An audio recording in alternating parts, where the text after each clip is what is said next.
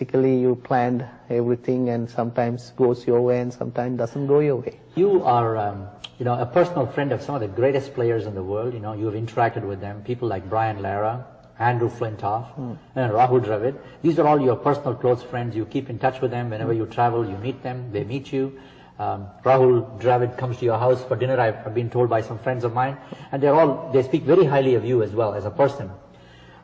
In competing nations, but people who have become so friendly, tell me about this international cooperation. Do you see a future where cricket as a game can start uniting countries together and bring good causes, great charities, fundraising for good causes? Do you think all that can happen, because of these kind of good friendships that you develop? Yeah, definitely, because all the sports, not only cricket, because if you take all the sports can unite people, because there is no religion, there is no anything, any caste or anything built on sports. Sports, you're competing for the same thing.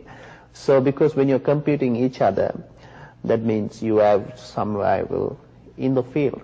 Out of the field, openly your friends, you're not going to plug at them, or you're not going to fight with them, because you are going to be a friends, because we can learn from them. Sure. Their thoughts are there, so you go out with even other nations, people, when you go out, meet them, talk, have a drink with them. So we social with them. So I think with sports, any sports, you can unity will be there, because you can, country to country, the problems will be sorted out, and so many things. The sports can do so much things. That's why sports is there almost, because people love, because sports, they don't think about you're a Muslim or you're a Catholic or you're a Hindu or something, because they think how they play, and they enjoy how they bat or bowl, how they play, the basic. You just mentioned about being a Hindu or a Catholic. It's interesting, your background, you were born a Hindu, but you went to a Catholic school when you were a child. And then you were exposed to all the different religions and all the different cultures, and you're an international icon right now. You're on a pedestal. A lot of people look up to you. From what I understand, you've launched now a charitable foundation.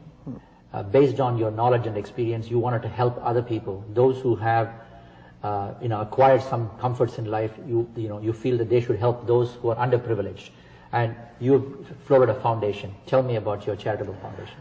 Yeah, because I think as a Sri Lankan, because Sri Lanka is a poor country and small country, it's going in bad shape because of the ethnic problem, because last 20 years there is war. Fortunate 2002 they put a ceasefire, and now there is nothing has a war. Still the peace hasn't come. Still we are struggling in life, because if you take 60 to 70% of Sri Lankans are, even they are trying to, maybe 30 to 40% are struggling for 3 meals, because they are indifferent.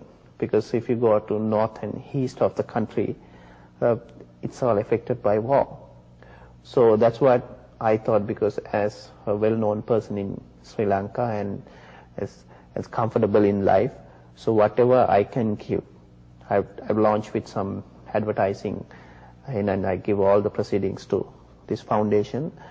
From 2002, we are helping little people, because underprivileged people.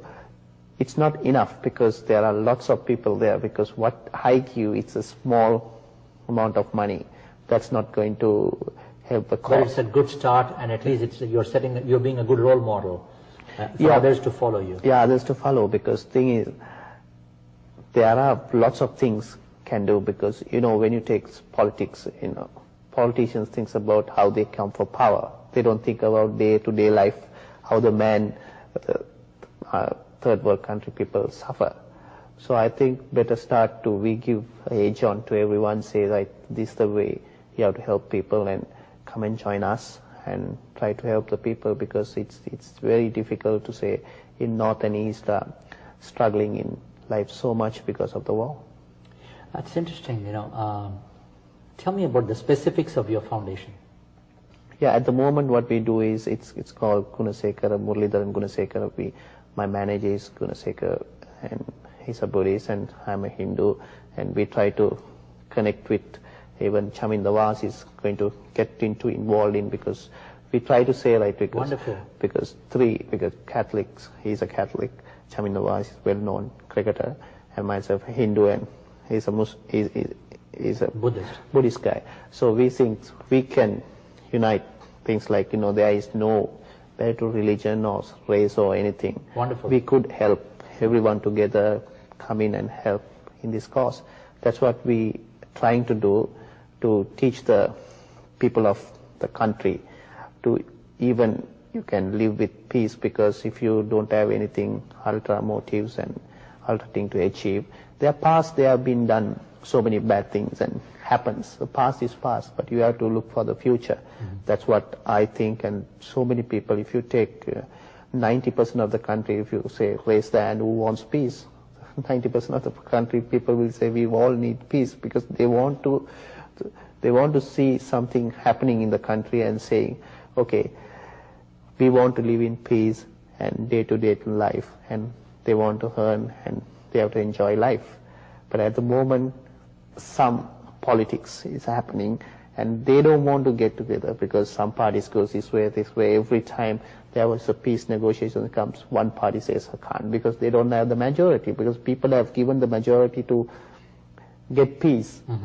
So that's what, it's not happening, because I can't see in future also, because of these problems, it will take another at least 5 to 6, even a decade to have peace in Sri Lanka. Is there anything else that can be done by affluent nations around the world to expedite the peace process? I think first of all, because all the countries are helping to get the peace. Norwegians are there, they are trying to help, and there are a lot of people, UN is trying to help. But thing is, basically you have to make sure the country, what the people wants. People wants peace, I think. Right. I think majority. But thing is, what's opposition at the moment, the parties want peace as well.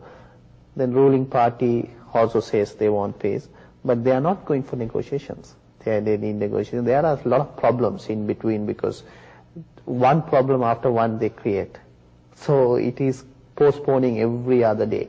So I think it is, at the moment, we don't think we'll get very quick peace or whatever, but it will happen eventually. But at the moment, the major problem in Sri Lanka is poverty. Because how could you stop the poverty? Because you're not getting any help if the peace is not there. Any other countries are not going to help you out, because they will say, get the peace first, then we'll try to help you. But I think if once the peace comes, the country will automatically, it will develop. Because I think if you take north and east, the people who are living at the moment about 1 million or 2 million, 3 or 4 million, maybe 1 or 2 million. Out of that, half of the population is abroad. Like Canada, if you take refugees, they have got citizenship. US, every country, you think. People are Germany, France, everywhere the people have gone. Other European countries. So they are doing well in life, those people. Right. So they also want to go back.